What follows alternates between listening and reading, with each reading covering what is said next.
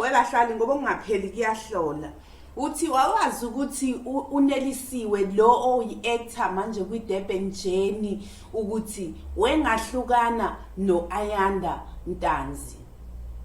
Kodwa ke manje usekubeke kwacaca ba ukuthi vele abasekho ndawonye. Uthi yena she don't do weak men. Uthi yena akadili nabantu besilisa abantekenteke. Uyibeke kanjalo ukuthi akadili nabantu besilisa abawiki, so kunensolo angikho sure nami ngazokodwa ngizibonile insolo zakhona ukuthi ngathi impela zino something zinomthelela ngingazike kodwa ziyasho ukuthi ngathi uno something eyenzakalayo phakathi kwakhe.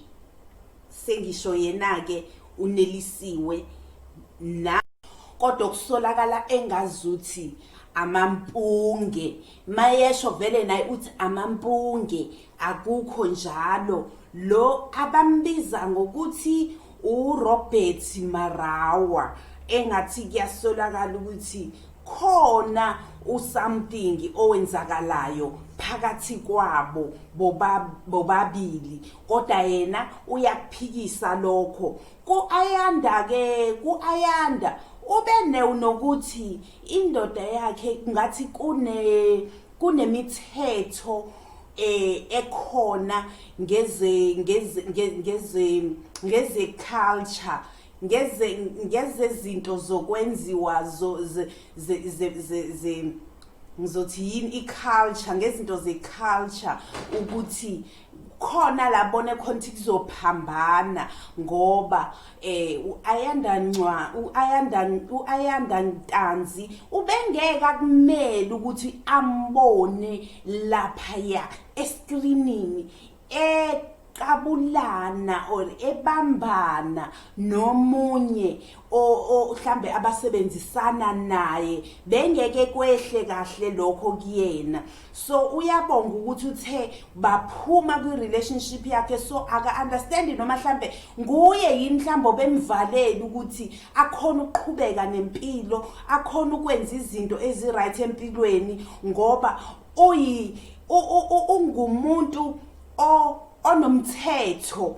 Like ishuthi ngasho ngithi uyindoda mhlambe enesikhwele or enomthetho ke lo umthetho anawo, kodwa bengeke memchaza uthi ubengeke uAyanda amelane nesimo akusona manje ngoba uze abe nanokuthi aba sengathi uba umuntu stubborn yena uAyanda.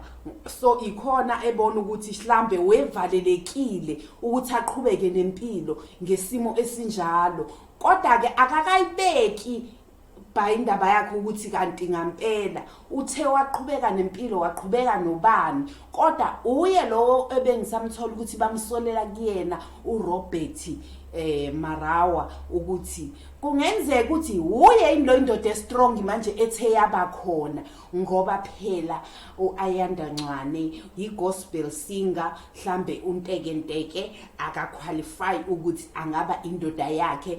As she said, she don't do weak men. Nje beshilo uthi akawenzi amadoda athambile antekenteke. Angazi noma mhlawumbe uchaza ngokuthi ngesikhwele or ngenhliziyo ethambile akakhona ukubekezelela ukubona izinto maybe zenzekala kuyena, ngeke azakhona uzibekezelela mhlawumbe ushola uside elinjalo.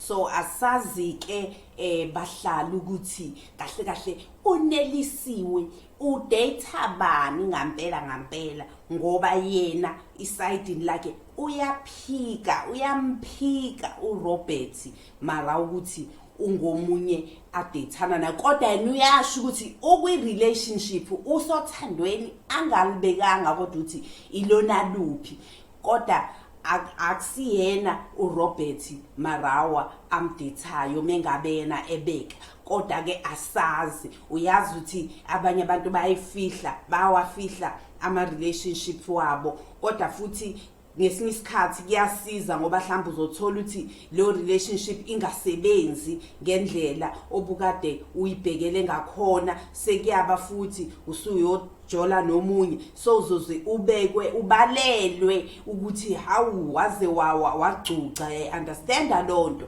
so naye ke uthe wakubeka wakufihla okwakhe ukuthi kahle kahle usothandweni kodwa akamgqamisanga lokhu yena azwana naye ukuthi kuzothiwa ngubani so asithembe maybe ekuhambeni kwesikhathi uzobe seyamveza ukuthi ungubani lo ndoda ethe phumelela yathola umuntu onjengaye omuhle njengaye simbongele hayi ke bathandekayo bahlali ngicela ukunishiya ke lana ngingazo nami ngikhuluma amampunge ngithi ukuthi kube ngashongo kodwa ke indaba injalo mina ngendlela engithole ngakhona ukuthi hayi impela Ayanda Ntanzi sebethe bahlukana nezimo ezikhona empilweni kodwa ke impilo kuyena iyaqhubeka noma engakamvezi umuntu okuyena yena